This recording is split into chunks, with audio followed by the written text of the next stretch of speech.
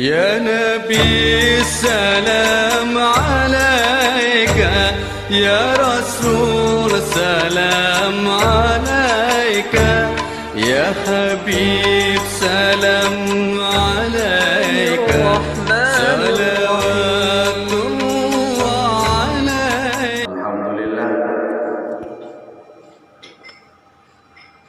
kita diizinkan Allah untuk menghirup udara segar, melanjutkan kehidupan lagi, dan panggilan iman datang untuk melaksanakan ibadah. Ingat, semua itu adalah panggilan iman untuk melaksanakan ibadah di masjid, termasuk duduk dalam majlis ilmu. Kalau iman yang dekat dengan masjid, walau tempat jauh sekalipun, itu akan dikunjungi. Kan tetapi kalau iman itu yang jauh dari masjid, iman yang jauh dari ibadah, lai batimbah babalik atau balenci-lancian rumahnya di rumah saji, yang indah-indah juga tu. Maka iman itulah nanti yang akan membawa dan menyelamatkan kita. Biasa kita kan dalam wirid malam dulu kajian kita kan kajian tauhid. Mudah-mudahan kita istiqomah. Istiqomahan ini yang susahnya. Innal ladzina qalu rabbuna Allah tsumma istaqamu. Kalaulah mengucapkan innal ladzina qalu rabbuna Allah, Tuhan kami ialah Allah, tsumma istaqamu, kemudian istiqomah. Mudah-mudahan kita selalu istiqomah. Mudah-mudahan Allah memberikan yang terbaik kepada kita bersama. Bapak Ibu hadirin kaum muslimin rahimakumullah. Alhamdulillah, pada pagi hari ini kita kembali kajian kita melanjutkan yang dulu membahas kita masalah ilmu tauhid. Bagi Bapak Ibu yang tidak sempat dalam wirid pengajian, lihat saja di YouTube. Karena kita sudah masukkan ke YouTube. Buka saja Herman Tanjung, nanti ada di sana. Jadi sudah dua pembahasan dulu. Syarat diterimanya syahadat seseorang hamba. Itu kajian kita dalam wirid malam di sini dulu. Jadi kalau dalam kajian tauhid itu nyambung, bersambung terus. Yang pertama, bila ilmi diketahui. Ini review ulang yang kemarin karena nanggung. Dia ada beberapa syarat. Itu ternyata syahadat seseorang hamba itu tidak cukup hanya diucapkan saja. Bila ilmi diketahui. Ketahui juga ilmu. Ilmu apa? Ilmu tauhid, ilmu la ilaha illallah. Karena Allah yang menyatakan wala taqfu ma laysa laka bihi ilman, janganlah kamu mengikuti sesuatu yang kamu tidak ada ilmu tentangnya, tidak ada pengetahuan tentang itu. Inna sam'a wal basara wal fuad, sesungguhnya pendengaranmu, penglihatanmu, hatimu. Kalau di sana fuad hati maknanya. Ada dalam bentuk lain qalbu. Kullu, tiap-tiap itu kasadualahnya kana anhu mas'ulah, akan diminta pertanggungjawaban oleh Allah. Jadi penting diketahui. Hadirin kaum muslimin rahimakumullah. Jadi makanya kita selalu dalam rangka untuk taqarrub ilallah, mencari ilmu pengetahuan dalam rangka kita selalu ma'rifatullah. Itu istilah-istilah yang ada dalam ilmu tauhid. Ma'rifatullah itu mengetahui, mengenal Allah. Karena dalam kajian kitab tauhid awwaluddin ma'rifatullah. Ada itu. Awal agama itu dasarnya adalah engkau kenal dengan Allah. Maka banyak orang yang tidak solat, banyak orang yang tidak mengabdi menyembah kepada Allah karena tidak banyak tahu. Maka penting pengetahuan itu. Hadirin kaum muslimin rahimakumullah. Kita tidak lama karena coffee breaknya sudah siap nampaknya itu. Alhamdulillah jamaah kita ramai dan disiapkan pula oleh pengurus. Waduh, jazakumullah khairul jazak. Bapak pengurus ini kreatif ya. Soalnya kau nasi bungkui dia sediakan kemana. Yang kedua, jadi yang pertama bil ilmi, syarat diterimanya syahadat seseorang hamba dalam kajian ilmu tauhid. Kalau ingin Bapak Ibu tahu, kitab rujukannya Perukunan. Dia bahasa Arab, tapi Arab Melayu. Nah gitu, dia agak tebal kitabnya, agak gadang sedikit. Yang kedua yaitunya al-yaqin. Al-yaqin itu diyakini. Yakin itu ada 4 maqamatnya dalam ilmu tauhid. Yakin itu tataran dasar di bawah, masih biasa itu, awam, umum. Nanti dia selalu taat kepada Allah, banyak ibadah, tambah ilmu, tingkatkan terus. Nanti dia akan naik menjadi ilmu yakin. Keyakinannya itu juga ilmu. Cari dan cari terus, karena Allah mengangkat derajat orang yang beriman, berilmu. Yarfa'illahu alladhina amanu minkum walladhina utul ilma darajat. Nah, itu dia. Allah akan mengangkat derajat orang yang beriman satu, yang kedua orang yang berilmu. Bu, le terangnya, Bu. Le. Kok dek macabang pengana kok. Allah akan mengangkat derajat orang yang beriman dan berilmu. Ternyata ilmu itu sangat penting. Jadi keyakinan itu tingkatan yang kedua bil ilmi, dengan ilmu. Nanti terus rajin ibadah, taat kepada Allah, banyak menghindarkan maksiat, selamatkan diri dari hal-hal yang fahsya wal munkar, banyak berzikir, banyak hal-hal sifatnya untuk riyadhah, latihan-latihan qalbu, zikrullah. Maka nanti dia naik yaitunya dengan tingkatannya itu ainul yakin. Jadi yakin, ilmul yakin, kedua dengan ilmu ainul yakin, yang ketiga nanti akan muncul yang keempat haqqul yakin. Kalau dalam ilmu tauhid, hakul yakin tu keyakinan nan sabanahe. Nah, itu hakikatnya. Nah, gitu. Hadirin kaum muslimin rahimakumullah. Jadi yang kedua yaitunya al-yaqin, diyakini. Jadi kalimat la ilaha illallah jangan ragu. Karena yang akan menyelamatkan kita. Apalagi kalau ada suuzon kepada Allah, itu bahaya itu. Makanya salah satu tugas kita kalau ada orang dalam sakaratul maut, sakila bayah, lalamu sakila talata, baru be kania kanin dak sehat, belum diizinkan Allah, sampai-sampai putus asa suuzon kepada Allah. Di lalamu sakit ndak sehat-sehat dah mati selai. Suuzon. Hati-hati. Jangan sampai suuzon kepada Allah. Itu bahaya nanti meninggalnya itu. Tapi sampaikanlah husnuzon. Ayah, mama, yakinlah. Nenek, Allah pasti akan memberikan yang terbaik. Nada ndak ya?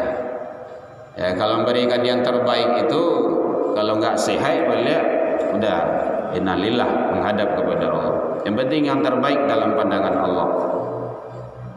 Jadi kawasan kita kawasan tauhid. Jadi dengan keyakinan, jangan ragu. Kalau istilah di pengajian perukunan jangan ada namanya sakwa sangko. Gitu. Orang-orang kampung kayak gitulah. Jangan ada sakwa sangka. Sedikit pun tak boleh kepada Allah. Bapak Ibu hadirin kaum muslimin rahimakumullah. Jadi yang kedua, syarat diterimanya syahadat seseorang hamba di hadapan Allah Subhanahu wa taala yaitunya al-yaqin, diyakini. Keyakinan itu adalah keyakinan yang hakikat yang sebenarnya. Jangan sedikit pun ragu dengan syahadat tersebut. Kalau kita sudah tahu lafaznya, sudah tahu maknanya, tahu kandungannya, maka kita jangan ada keraguan di dalam hati lagi. Karena yang akan menjamin kehidupan kita itu memang seperti itu. Bapak Ibu hadirin kaum muslimin rahimakumullah.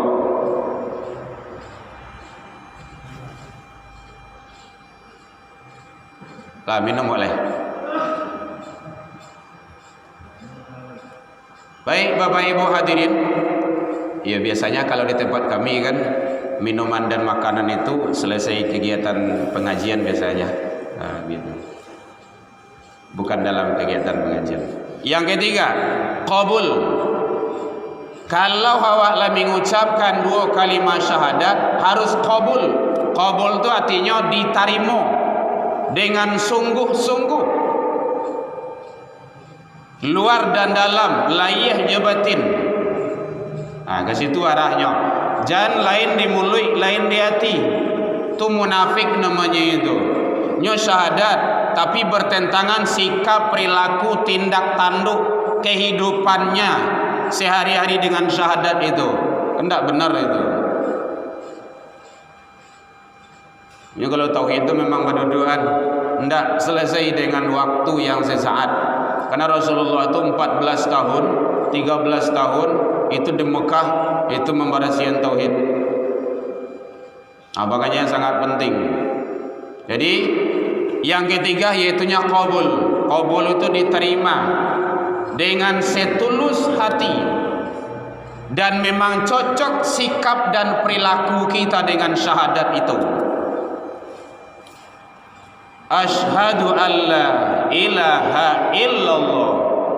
Aku mengakui, aku mengimani tiada Tuhan selain Allah. Kalau awak lah mengakui, lah mengimani, jangan ada mengakui lagi, mengimani lagi Tuhan yang lainnya.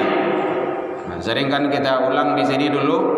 Kalau Tuhan tu dibaca cocok Tuhan. Makanya Islamlah yang berani menyatakan tidak ada Tuhan selain Allah. Nah, kalau dalam zikir namanya ada zikir nafi isbat namanya itu.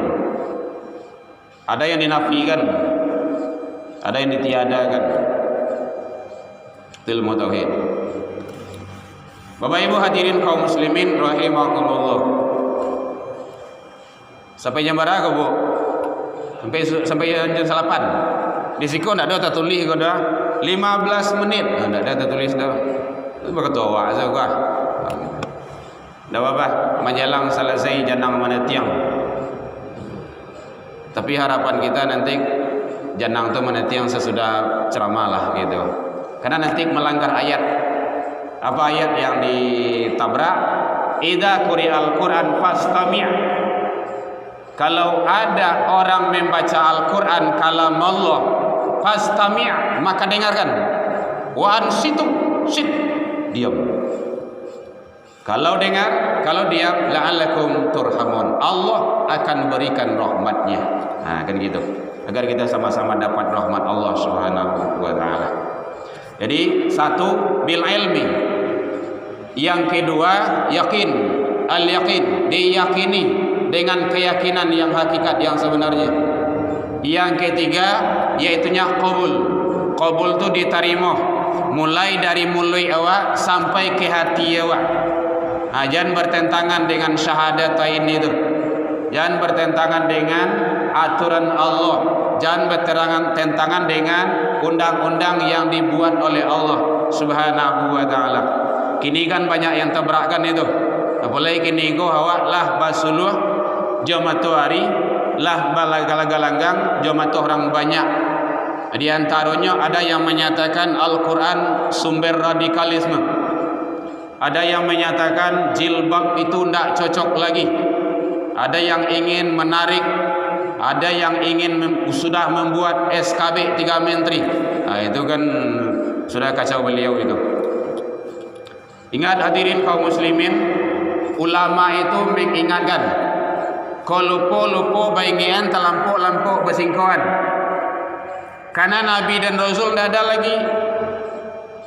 Biasanya yang menyampaikan pesan Allah itu para Nabi dan Rasul. Sekarang para Nabi dan Rasul secara syariat sudah tiada. Terakhir wafat baginda Rasul. Sia yang kemelanjutan ulama. Sia yang ulama itu innama yakhsyallah min ibadihi, orang yang paling tunduk dan takut kepada Allah. Walau banyak ilmunya, santiang Al-Qur'annya, hafizul Qur'an, hafizul hadis, keluaran Ummul Qura, universitas yang terkenal, kalau membangkang membelakang kepada Allah 0,0, tidak ada gunanya. Al-Quran telah menyampaikan jilbab itu bukan budaya Arab. Kita menyampaikan saja itu. Tapi aturan Allah. Al-Ahzab 59, An-Nur 31. Boleh dicari. Sasantiang saja hebat tentang Al-Quran, hafiz Quran, tapi istri kita, anak-anak kita mengumbar aurat, dosa besar. Al-Ahzab 59. Jalih Allah menyampaikan situ. Bukan perkataan ulama. Ulama menyampaikan, bukan perkataan Nabi dan Rasul. Para Nabi dan Rasul menyampaikan tugasnya. Di situ dijelaskan oleh Allah. Boleh nanti dirujuk Al-Ahzab 59 supaya tidak salah lah bagus-bagus referensi awak tu. Jadi jilbab itu bagi wanita muslimah. Yang non muslim tidak ada masalah. Kok kamu pakai itu namanya kok masuk ke kandang kambing atau bebek. Itu istilah kalau di Minang namanya itu. Di situ Allah menjelaskan qul ya ibadiyalladzi, ya ayuhan nabi, hai para nabi, qul li azwajika, katakanlah kepada istri-istrimu. Jadi pesan Allah itu menutup aurat itu dibawa oleh Jibril ke Rasulullah, dari Rasulullah ke istri-istri beliau. Kalau istri awak lebih dari cik, ana jamak di situ. Li azwajika, istri-istrimu. Yang kedua siapa? Wa banatika, anak-anak perempuanmu. Jadi bukan anak laki-laki, anak perempuan. Kalau ada laki-laki nutup jilbab, pakai jilbab itu lain cerita itu. Bencong namanya tu mah. Gitu. Yang ketiga siapa? Wa nisa'il mu'minin. Itu nyata. Istri-istri orang yang beriman. Silakan dirujuk nanti Al-Ahzab 59 agar kita punya data dan kekuatan. Ternyata menutup aurat pakai jilbab itu aturan Allah, bukan aturan manusia. Manusia tinggal menjalankannya lagi. Hadirin kaum muslimin rahimakumullah. Jadi agar kita tidak salah di dalam menjalankan syariat dan aturan Allah, karena semua itu akan dipertanggungjawabkan. Terakhir, Bapak Ibu hadirin, kalau seandainya kita merancang model-model aturan-aturan yang bertentangan dengan aturan Allah, maka kita akan bermasalah. Jadi seruan kita, himbauan kita, Bapak Ibu hadirin kaum muslimin, selagi kita hidup, sekali lagi, jangan sampai awak meninggalkan dosa jariah. Dosa jariah itu kalau awak membuat aturan, membuat undang-undang, membuat model cara tata aturan yang bertentangan dengan aturan Allah, kita dapat dosa. Kemudian dosa orang yang mengikutinya. Dua. Hadisnya, dalilnya, man sanna fil islami hasanatan sayi'atan. Sia yang merancang di dalam Islam, membuat di dalam Islam aturan, undang-undang, model, cara sayi'atan yang dosa, wa wizru min amli biha. Dia mendapat dosanya, kemudian dosa orang yang mengikutinya. Sampai undang-undang itu dicabui, walaulah terbaring di alam barzah, di alam kubur, dosanya diampuan kayaknya, karena orang mengikuti dia. Makanya hati-hati berbuat di atas aturan Allah, supaya kita tidak bermasalah di hadapan Allah Subhanahu wa taala. Jadi kita tidak ingin gadis-gadis para Minang ini lagi membuka aurat dengan adanya aturan-aturan yang tidak benar, yang melanggar aturan Allah dan Rasul. Ilal liqa fastabiqul khairat wabillahi taufik wal hidayah. Wassalamualaikum warahmatullahi wabarakatuh. يا رسول سلام